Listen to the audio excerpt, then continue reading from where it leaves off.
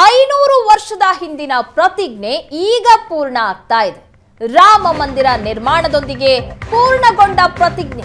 500 ವರ್ಷದ ಹಿಂದಿನ ಪ್ರತಿಜ್ಞೆ ರಾಮ ಮಂದಿರ ನಿರ್ಮಾಣದೊಂದಿಗೆ ಪೂರ್ಣ ಆಗ್ತಾ ಇದೆ. ಇಡೀ ಗ್ರಾಮದಲ್ಲಿ ಈಗ ಸಂತಸ ಸಡಗರ. 500 ವರ್ಷದ ಹಿಂದೆ ಮಾಡಿದಂತಹ ಪ್ರತಿಜ್ಞೆ ಪೂರ್ಣಗೊಳ್ತಾ ಇದೆ ಅಯೋಧ್ಯೆಯಲ್ಲಿ ರಾಮ ಮಂದಿರದ ನಿರ್ಮಾಣದಿಂದಾಗಿ. ಹೀಗಾಗಿ ಇಡೀ ಗ್ರಾಮದಲ್ಲಿ ಸಂತಸ ಸಡಗರ ಮೂಡಿದೆ. ಅಯೋಧ್ಯೆಯಿಂದ ಸುಮಾರು 10 ಕಿಲೋಮೀಟರ್ ದೂರದ ಸಾರಾಯರಸಿಹಳ್ಳಿಯಲ್ಲಿ ರಘುವಂಶಿಗಳು ಅಂತ ಕರೆಸಿಕೊಳ್ಳುವಂತಹ ಕ್ಷತ್ರಿಯರೇ ಇರುವಂತಹ ಊರಿದು. ಅಯೋಧ್ಯೆಯಿಂದ 10 ಕಿಲೋಮೀಟರ್ ದೂರದಲ್ಲಿರುವಂತಹ ಹಳ್ಳಿ. ರಘುವಂಶಿಗಳು ಅಂತ ಕರೆಸಿಕೊಳ್ಳುವಂತಹ ಕ್ಷತ್ರಿಯರಿರುವಂತಹ ಊರಿದು. ಶ್ರೀರಾಮನಿಗಾಗಿ ಕಠೋರವಾದಂತಹ ಪ್ರತಿಜ್ಞೆಯನ್ನ ಮಾಡಿದ್ರು ಈ ಊರಿನ ಜನ.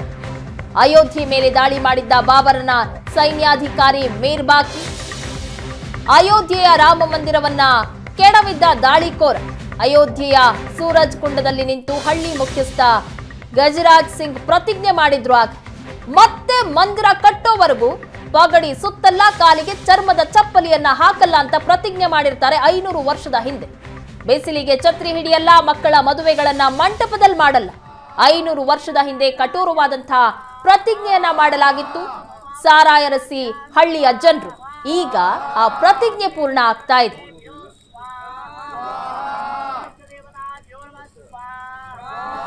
ಐನೂರು ವರ್ಷದ ಹಿಂದೆ ಮಾಡಿದಂತಹ ಪ್ರತಿಜ್ಞೆ ಪೂರ್ಣ ಆಗ್ತಾ ಇದೆ ರಾಮ ಮಂದಿರದ ನಿರ್ಮಾಣದಿಂದಾಗಿ. ಹೀಗಾಗಿ ಆ ಗ್ರಾಮದಲ್ಲಿ ಸಂತಸ ಸಡಗರ ದುಪ್ಪಟ ಆಗ್ತಾ ಇದೆ.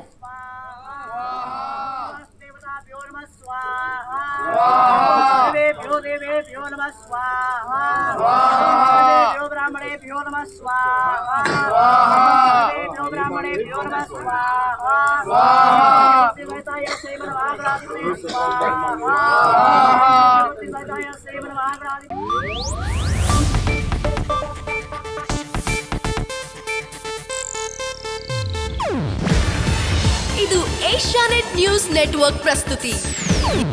ನೀವು ನೋಡ್ತಿದ್ದೀರಾ ಏಷ್ಯಾನೆಟ್ ಸುವರ್ಣ ನ್ಯೂಸ್.